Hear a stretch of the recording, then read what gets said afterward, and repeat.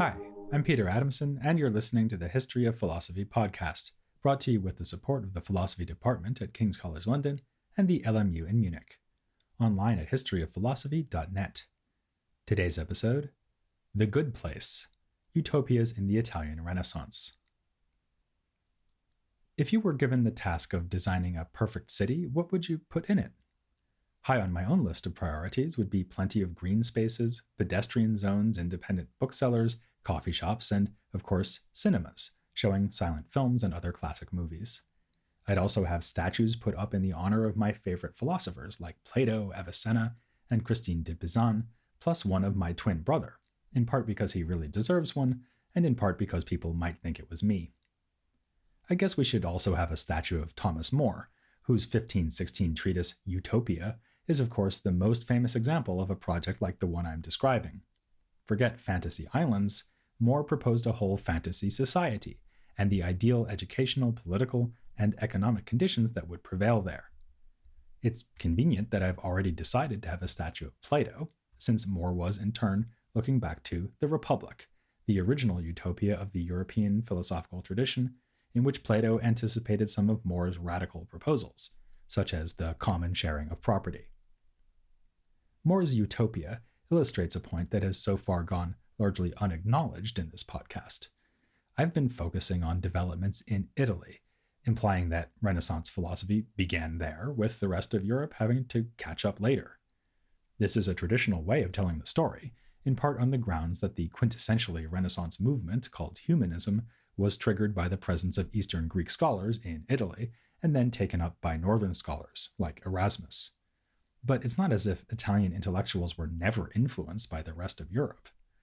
Two obvious examples are the arrival of the printing press and the Protestant Reformation. The latter provoked the Counter-Reformation, or if you prefer, Catholic Reformation, in Southern Europe, providing the context for developments in Italian thought in the 16th century. We're going to have this problem a lot from now on, because during the Reformation and in the 17th and 18th centuries, a lot was happening in philosophy all over Europe, and all at the same time, so I will often have to discuss the influence of thinkers I haven't yet covered in their own right. So it is here.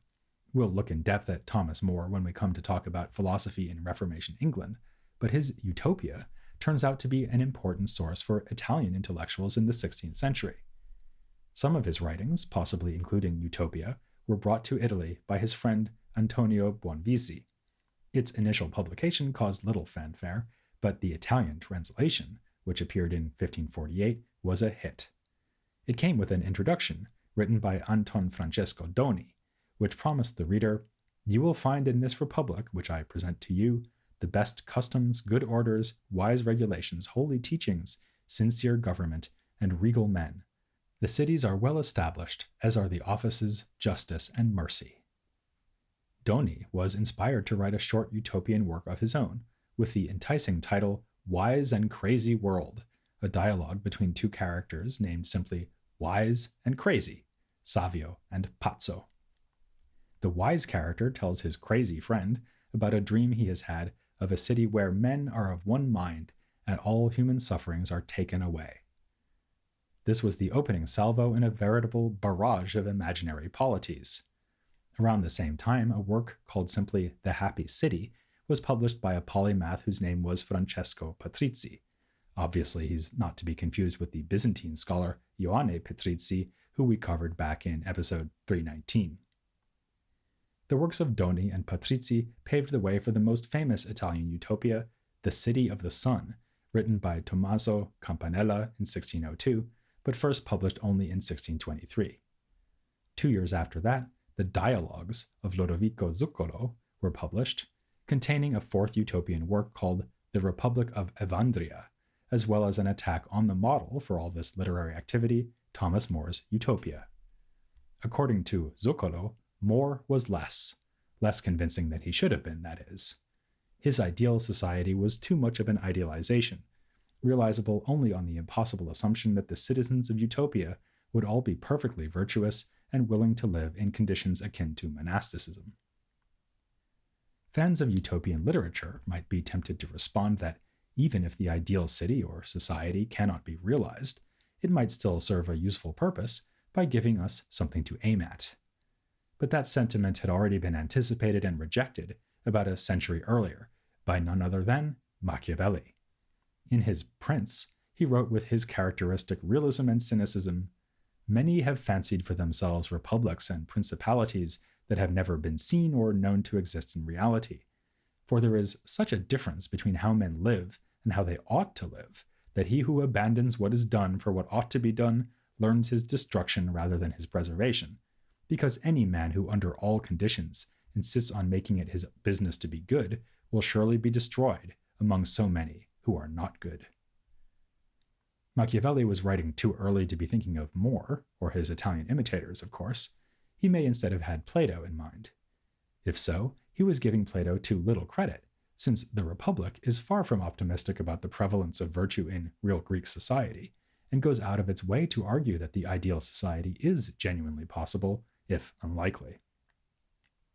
Of course, Machiavelli didn't need to invent utopias, because in his view, real life had provided a model to imitate and an ideal to strive for, in the shape of the ancient Roman Republic.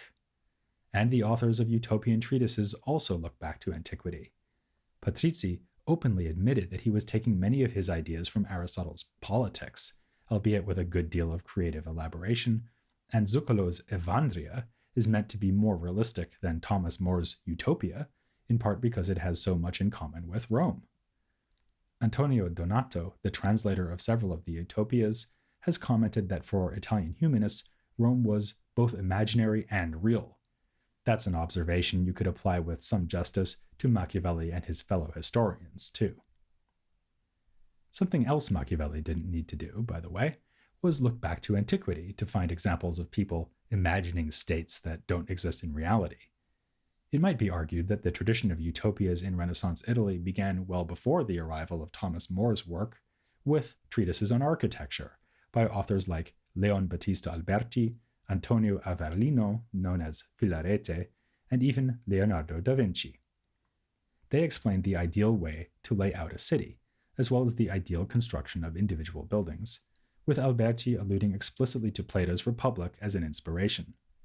He and other city planners thought that Plato's strict division between social classes should be reflected in the urban landscape. Thus, da Vinci proposed a two-level city, with the rich literally living above the poor. In this imagined city, the layout would express in physical terms a fundamental assumption we've seen underlying the political philosophy of the period, that the popolo are at the bottom and the ottimati on top. Another theme taken over from ancient authors was the ideal shape for a city.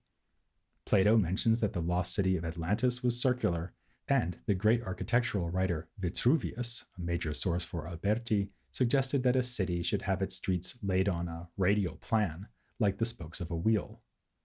That idea would be taken up by Doni in his Wise and Crazy World. In such a radial city, it would be almost impossible to get lost, which would make for a sharp contrast to real Italian city centers, as anyone who has been there will know. And someone standing in the center would be able to see the whole city just by turning around, an apparently innocent remark that seems more sinister once you notice that it anticipates Jeremy Bentham's idea of the panopticon, a jail in which the inmates can be observed at all times from a central viewing position.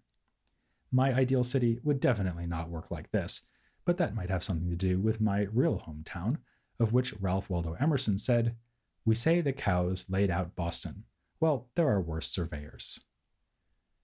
One of the reasons that Tommaso Campanella's City of the Sun is so famous is its remarkable account of the layout and physical appearance of its utopia.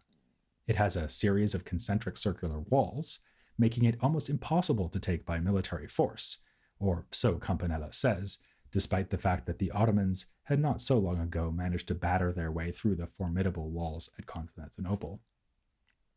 In the City of the Sun, the walls are painted with all the images and information one needs to learn the sciences, including everything from pictures of various animal species to definitions for use in metaphysics and ethics. Now that idea I am definitely stealing. Instead of publishing these podcasts as books, I should be releasing them as wallpaper. Education is of vital importance for Campanella, because just like Plato's Republic, this city is ruled according to the principles of philosophy. The highest ruler is a consummate scientist and intellectual, and has subordinates who oversee the various disciplines, which include the liberal arts as well as applied sciences, like medicine. It may seem both unnecessary and over-optimistic that rulers could be deeply learned scholars. One can imagine Machiavelli, to say nothing of the modern-day American voter, snorting in derision. But Campanella has the main speaker in his dialogue explain that if his readers find such proposals incredible, that is because of the scientific culture to which they are accustomed, which is corrupted by mere book learning and memorization of the teachings of figures like Aristotle. As we'll be seeing in a later episode, these remarks fit perfectly into Campanella's philosophical agenda. He rejected Aristotelian science in favor of theories inspired by his predecessor, Bernardino Telesio. Even the importance of the sun in his Utopia is a reflection of those theories. Telesio and Campanella saw heat as a fundamental explanatory principle in their new physics. In The City of the Sun, Campanella duly explains that his citizens see the sun, the greatest source of heat, as an image of God. That's yet another idea we can trace back to Plato's Republic, and its famous analogy between the sun and the form of the good. So, Campanella's ideas about philosophy, and especially natural philosophy, provide us with an obvious context for understanding aspects of his City of the Sun. Presumably, his political ideas and experiences are also relevant, but it's not so easy to say how. Campanella's life was a difficult one. He was arrested by the Inquisition in 1594 and for a time imprisoned alongside another famous victim of persecution, Giordano Bruno. A further run-in with the authorities came in 1599, when he was accused of conspiring against the Spanish domination of Naples. Arrested for treason and, for good measure, heresy, he would endure horrific torture and decades of imprisonment, albeit under conditions which allowed him to compose many treatises, including The City of the Sun. He was finally released in 1626, and in 1634 he made his way to France before dying in 1639. Given this life story, it is surprising that one of his main contributions to political thought, a book called On the Monarchy of Spain, argues in favor of the universal rule of the Spanish power that subjected him to so much misery. An obvious suspicion is that he may have written it to persuade his jailers that he was on their side after all, but questions about the exact dating of the work make it hard to know for sure. Campanella does seem to have good reasons for supporting an expansion of Spanish dominion, even if he also suggests that this might be the least bad option available. Spain had proved its ability to take on the Ottomans at the pivotal Battle of Lepanto in 1571, whereas the Italian princes were too weak, even collectively, to defend Christian interests against Ottoman aggression. The aforementioned background of Reformation and Counter-Reformation is also relevant here. Campanella considered Luther to be a harbinger of the Antichrist, so he looked to the southern European powers to push back against the tide of Protestantism. Whatever mixed feelings he had about the Spanish, they were at least willing to recognize the spiritual authority of the Pope. In this respect, Campanella should be distinguished from earlier imperial monarchists like Dante. Where Dante wanted to put all authority in the hands of a secular emperor, Campanella saw unified governance under the Spanish crown as compatible with, indeed justified by, a political alliance with the papacy. All of which allowed him to transfer his support to the French crown as soon as he moved to France, and conveniently decided that the Spanish were professing Catholic piety for merely pragmatic political reasons. That cynical approach to faith is something he associated with Machiavelli, whom he called the scandal, ruin, scourge, and fire of this century. He wrote a work against Machiavelli's thought, which bears the forthright title, Atheism Defeated.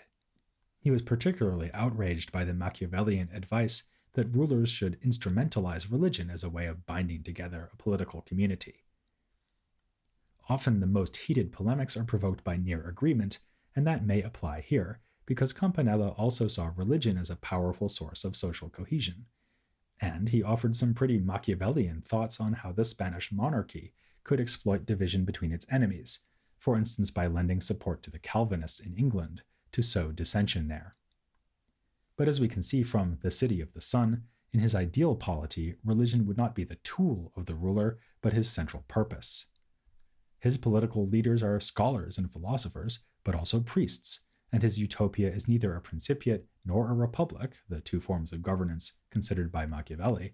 It is a full-blown theocracy. Campanella recognizes, indeed insists upon, the novelty of this approach.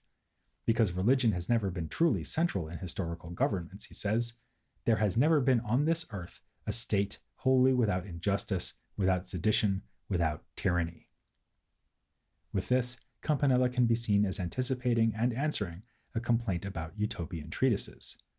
The authors of such works seem to be offering happiness in a perfect city on this earth, rather than in the city of God, in heaven, as Augustine so memorably put it.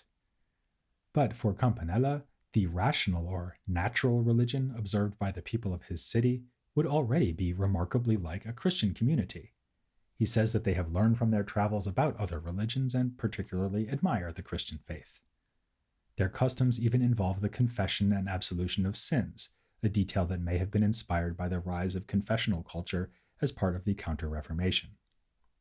Here, it is also relevant to note that his spokesman in the dialogue, who has visited the utopian city and is describing it to an interlocutor, is a Knight of Malta, a religious warrior, whose authority as a speaker comes from both his piety and his philosophical learning.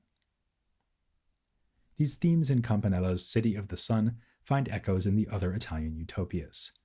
Patrizzi also talks about religion as a natural trait of humans, and pretty well all of these authors lay great stress on unity among the citizens.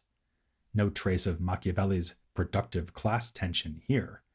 Instead, the city is imagined as a single organism, something we already see in those works on architecture, like a drawing by Francesco di Giorgio that superimposes a human body on the ground plan of a fortified city.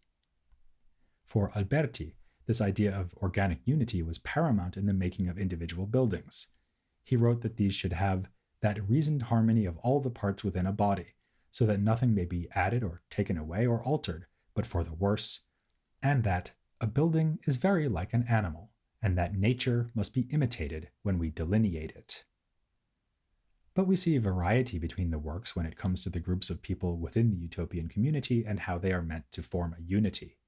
To an astounding degree, our authors are willing to follow the provocative recommendations of Plato when it comes to gender and sexuality. Campanella, making the cosmos the model for his city and seeing both as an organic unity, remarks that the sun is like a father and the earth a mother, with the universe as a whole like a large animal. His theory of heat leads him to see women as being, in effect, defective men who lack vigor because of their lesser heat. Nonetheless, he follows Plato as far as he can bear to, agreeing with the stipulations in the Republic that all labors are shared by the two sexes, with the caveat that the more physically demanding tasks are carried out by men. He also adopts Plato's policy of eugenics, according to which mates are chosen by a scientific procedure, and says that the citizens of this city would find us ridiculous for taking care over the breeding of horses and dogs, but not humans. Even more outrageous is Doni, who says there is a street of women that men visit for sex in his perfect city, with the resulting children shared in common by the whole community.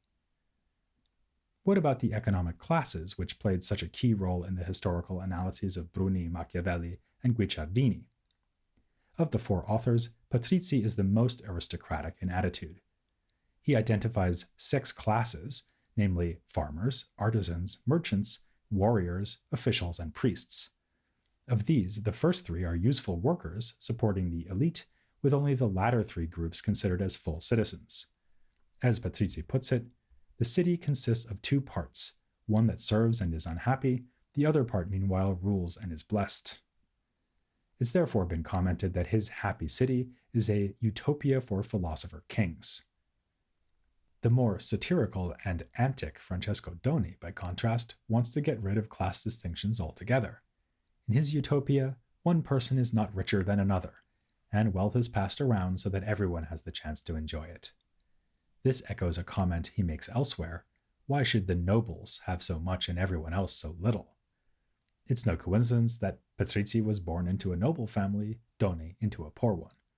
In all the utopias, though, it seems that no one is subject to genuine poverty or enjoys great affluence. Zuccolo says so explicitly, writing that, in Evandria there is not even a single beggar, and there are not excessively wealthy people. The most interesting reflections concerning economics are once again to be found in Campanella. In particular, he argues explicitly against the practice of slavery. There are no slaves in the city of the sun because everyone does their share of work. This is in contrast to the Italy of his day. He reckons that only 1 in 6 of the people who live in Naples actually do anything useful, and that if the labor was spread out fairly, each person would need to work only 4 hours a day. Elsewhere, in a work on economics, he is less provocative and simply accepts slavery as a fact of life, even giving advice on which peoples are best for which purposes. You may treat Negroes as you wish for burdensome occupations, he says.